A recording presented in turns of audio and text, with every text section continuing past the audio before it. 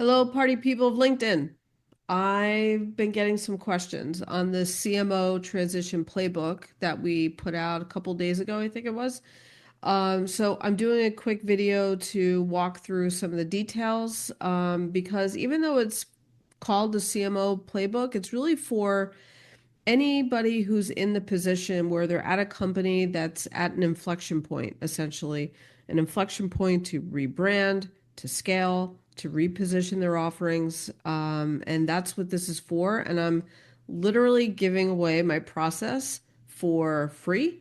And Dan Martell's always preaching, like, hey, give your secret sauce for free. No one's going to do it like you, but like if it helps people, it does. So great. If it helps you guys, this should be a place to start. So there's the link in the post itself to get here, but once you're here, you could either go to brandcrudo.com and then there's this link here in the nav.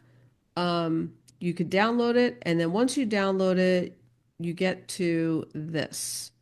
So, what every CMO needs to know. Again, it could be a VP of brand, head of brand, brand manager.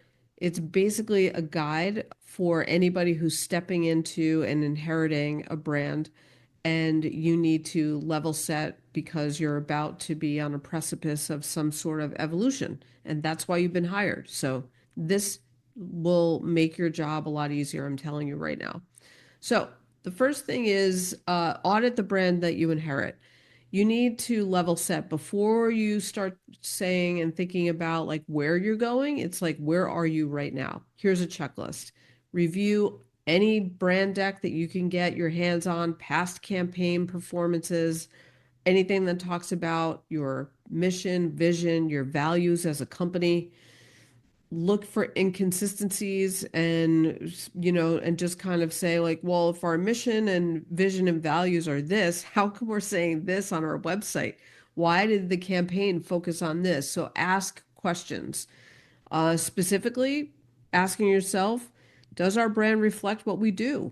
Does it reflect who we serve best? If the answer is no, that's probably why you've been hired.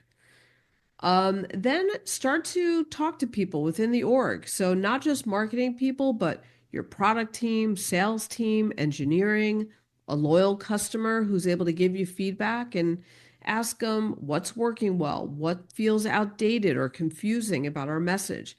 What do customers complain about? What do they love about what we offer? Let's double down on that. What do you think we used to stand for versus what do we stand for now? What's that gap? Why is there a gap? And really understand what is our biggest opportunity as a brand, as a business. So, this section here is all about level setting what you've just inherited. Next is about finding your brand's truth. So, this is about going deeper to uncover what your biggest brand opportunities are. So, a brand truth interview. I'm giving you questions to ask 3 to 5 internal stakeholders. Ask them these. What's the biggest misconception about our brand? What are our non negotiable beliefs? Why are they our beliefs? What story do we keep telling ourselves that we've outgrown? If we were a new brand, how would we act different? What would change? And really just ask like, so what's missing? What are we really missing here? Get these answers. Okay, so first you're getting answers to these questions, then you're asking and getting answers to these. Next, you're going to go to your bot. You're going to first inform you're using, but use this raw truth core statement here. At our best, and it's like Mad Libs, insert the blank. At our best, we help who do what by how in a way no one else can. Okay, so we gave you an example truth statement here, but really think about that. Fill in the blanks, do a couple of drafts, and once you do, paste that into ChatGPT with all the answers to the questions and the feedback that you've gotten from your stakeholders. So you could start obviously uploading transcripts, whatever it is, but give the bot this context because it's going to need it in order to help you. And then we outline So please help me refine this truth statement so that's emotionally resonant, strategically sound. Give me some gaps and contradictions. Really use it as a thought partner here. And we give you some powerful prompts that we use all the time.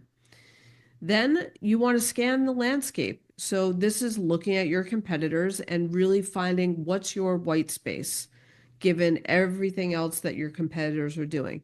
I also suggest to look for two aspirational brands that are out of your category. Like, what are the brands that you look to and go, damn, I wish we could do that?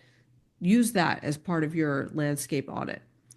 Then start to build your messaging architecture. So this is where it's like, think about your brand house. What's your brand truth statement? What are your core messaging pillars? The things that you have the authority to speak about that no one else does. Then you identify all of your signature phrases, etc., and then act. So find your quick wins, align with certain strategic projects. What's your long-term play? Brand campaign, marketing campaign, thought leadership. What are those things that we need to get people in the door and give you some traction? So anyway, I thought this would help. I wanted to walk through it. Again, giving you everything right here. And I hope you use it. Drop some comments in and let me know if you have any questions along the way. All right. Hope it helps.